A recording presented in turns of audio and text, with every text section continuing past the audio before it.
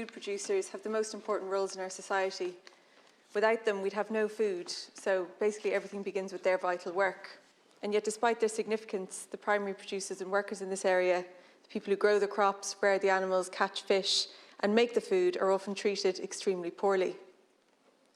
Yes, the government pays lip service to them, but the reality is that successive governments have allowed and facilitated a massively inequitable system for decades that has seen a few big players become incredibly rich off the backs of family farmers, inshore fishers, meat factory workers, and small producers.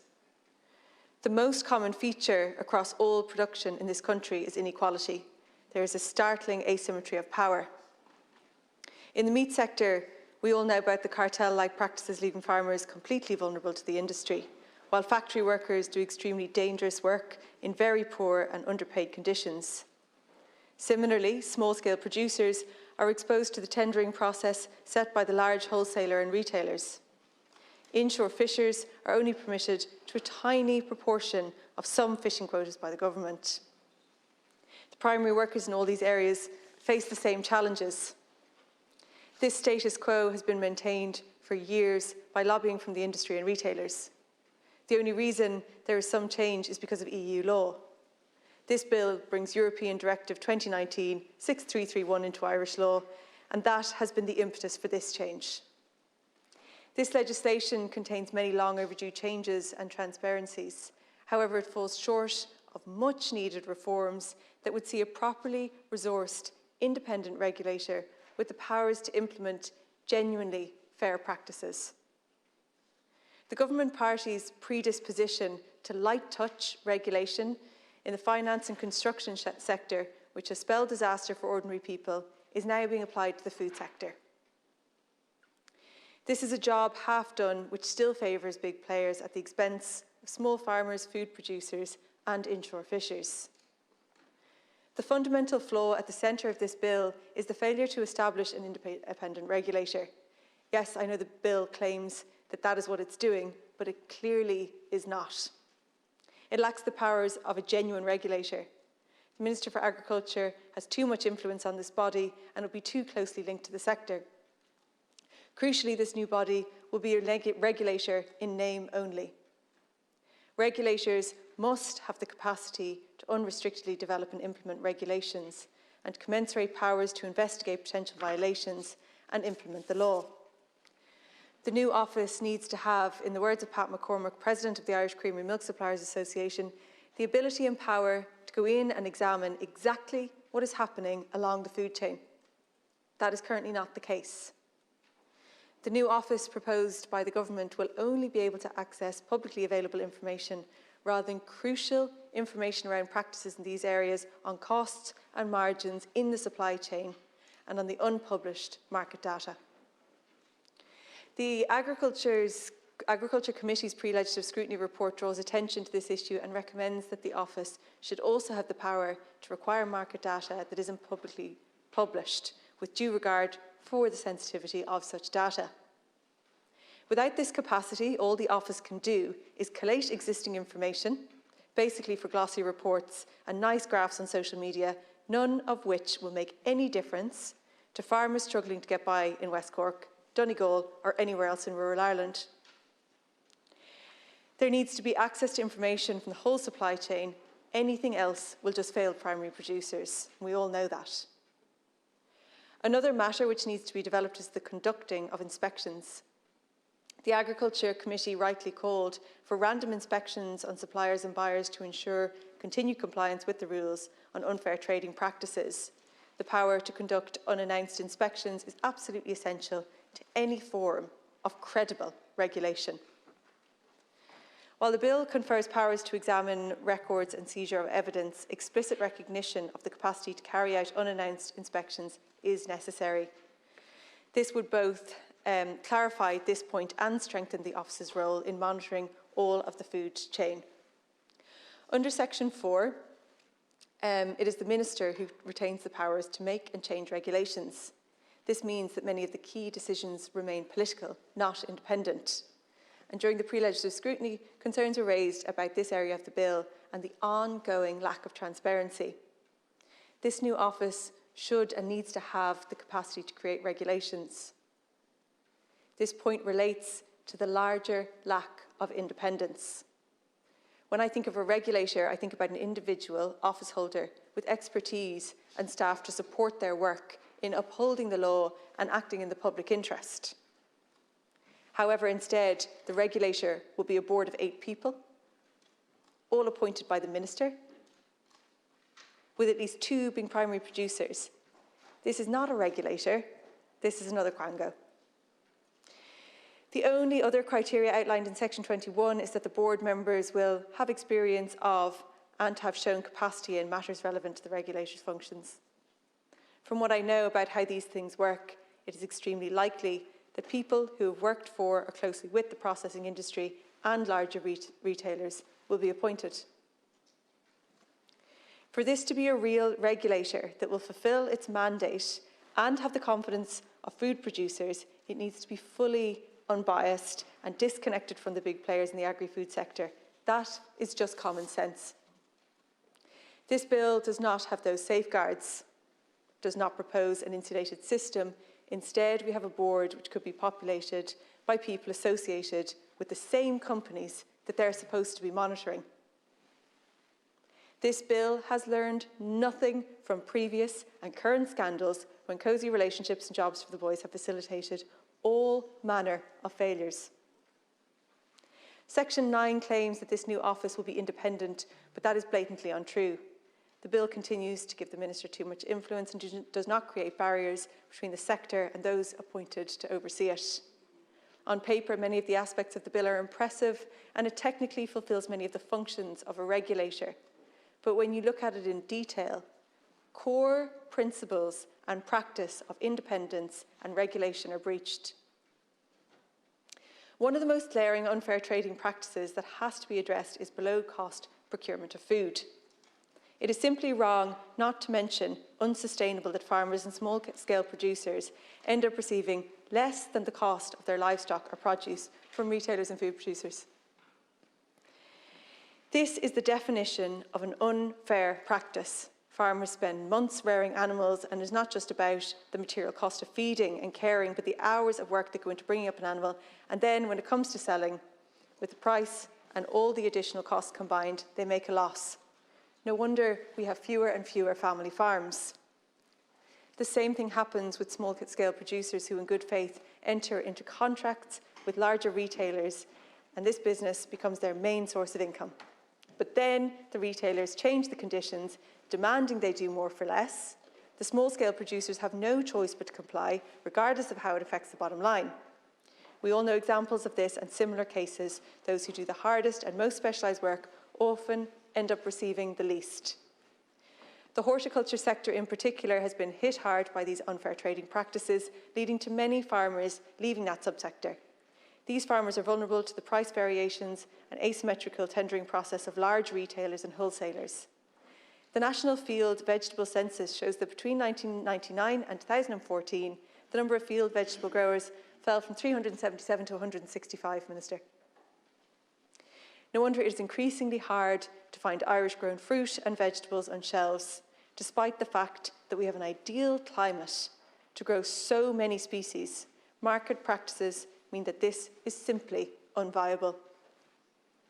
This is worrying for our food sovereignty.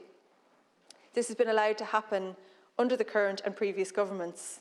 The only thing that will address this major issue is a proper regulator who can examine the food supply chain and set minimum procurement costs. The current system is simply bad economics. It's pushing farmers and producers out of the market, and for those remaining, it is forcing them into more intensive models, which leaves them dependent on other factors such as imported chemical fertiliser, and we saw the impact of that this time last year with skyrocketing production costs. Farmers are being squeezed by 2 contradictory forces. On the one hand, the government and society, rightly, is looking for greater environmental sustainability, but then on the other hand, government is facilitating processes that force farmers into unsustainable practices just to get by. Farmers cannot win. The system is rigged. The only reason many farmers are still in business is because of the state payments that they receive. In reality, Public money is being used to subsidise the retailers and food processors, not the people. This system has slowly emerged and developed, and now it is so ingrained, it's actually quite difficult to see a way out. All farmers, fishers and producers want is fair and reliable price to know they can make a livelihood and support their families. The public wants decent food at a reasonable price, and there's still plenty of room for retailers, wholesalers and processors to make a profit. All of those can be achieved with proper regulation. Not only is it a win-win situation, but is more ethical and a sustainable system that will provide a feasible future for rural Ireland and for Ireland's food security. If this bill is about valuing and protecting farmers, fishers and small producers, then it needs to address below-cost procurement of food. This point was heavily emphasised by the IFA at the Agriculture Committee.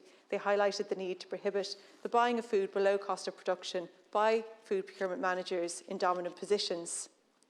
This would be a game changer for the food sector in Ireland that would enable farmers and other producers to receive fair prices.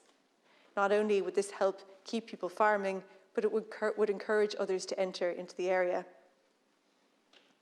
This should be a key function of the new body.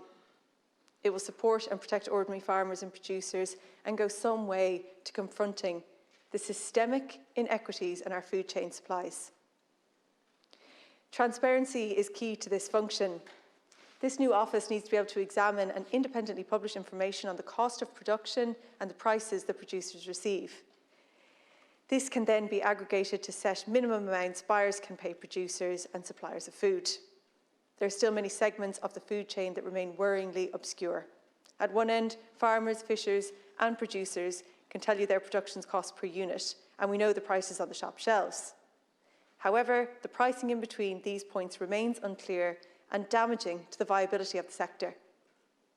Different stakeholders have suggested approaches and models that the government should examine. For example, Mocker and Afirma discussed the importance of creating an index of the cost of production for the farm systems in each sector, which could be used to outline the definition of farm economic viability. With this evidence-based overview, fair pricing in food procurement could be established transparently. The absence of a cost of production price for farmers and producers is simply wrong. It is bad economics and it is eroding rural communities, not to mention the environment. Without proper provisions to examine these practices and enforce minimum procurement levels, this legislation will maintain the status quo, and regrettably, it seems like that is precisely what it is designed to do. It looks good on paper, but it falls so far short of what is needed, what farming organisations are seeking. The reality is the bill will make little difference to farmers, fishers and small-scale producers that are barely getting by. There's been insufficient discussion of fisheries in this bill. The inshore sector in particular is subject to limitations that restrict livelihoods and the viability of our coastal and island communities. I was disappointed at the lack of reference to the fisheries in the pre-legislative process and the committee's report. Inshore fishers have continually drawn attention to the inequitable distribution of our national quotas. In this case, it's the government who are to blame. You're always pointing the finger at the EU, but with quotas being vastly disproportionate of the Irish one, irrelevant to the EU one, given to a small few large players at the expense of thousands of inshore fishers. I'll repeat a point that I have to keep making. Our fishing quota is a public resource. It has to be distributed equally among fishers. The example of the mackerel quota illustrates the appalling disparity in the government's allocations. Currently, only 2% of this quota is assigned to all vessels under 15 metres, while 98% is given to a very small few, much larger boats. Inshore fishers make up the majority of the fishing sector, and they represent the most sustainable type of fishing which has been practised in our island and coastal communities for centuries. Yet they're receiving a tiny portion of this resource, 2%.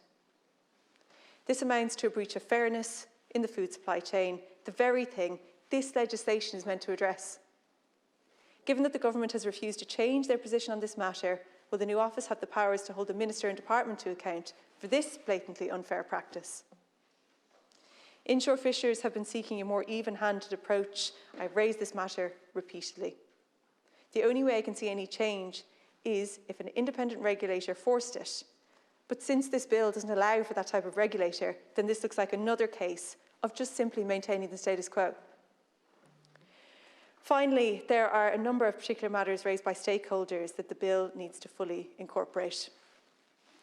The Irish Grain Growers Group have asked for the specific inclusion of feed alongside food products to reflect their role in the food supply chain. The Irish Natura and Hill Farmers Association rightly highlights that the new office should have the capacity to look at all input costs for primary producers, including insurance. Also, the IFA raised important points around supporting branded food products, regulating the use of logos to guarantee the Irish origin of produce, and a prohibition on the creation of fake farms for retailers to sell their own brand foodstuffs. These are just some of the very practical but extremely significant issues raised that the Minister needs to ensure that the legislation addresses. Overall, this bill is proposing a light touch regulation model with an office that will not be able to carry out the necessary monitoring and enforcement work necessary to reform the sector. Our food supply chains have systematic inequalities with a small number of processors, wholesalers and retailers being in significantly stronger positions than the average fisher or farmer. The only way that this will change is with robust legislation designed to establish a full independent regulator, a single office holder with expert staff focused on holding all actors to account. This bill falls so far short of this standard, it will make no real difference to unfair operating practices our food producers face every single day. At least the government has the honesty not to refer to the new Quango as a regulator in the bill's title. This is just a box-ticking exercise, a new office that will supposedly oversee trading practices, while the ingrained structural problems will continue to put farmers and fishers out of business. This bill is a wasted opportunity to reform our agri-food sector to ensure the sustainable future of all of our rural and coastal communities. Farmers, fishers and food producers will continue to face the same issues of unfair practices unless you change the legislation now.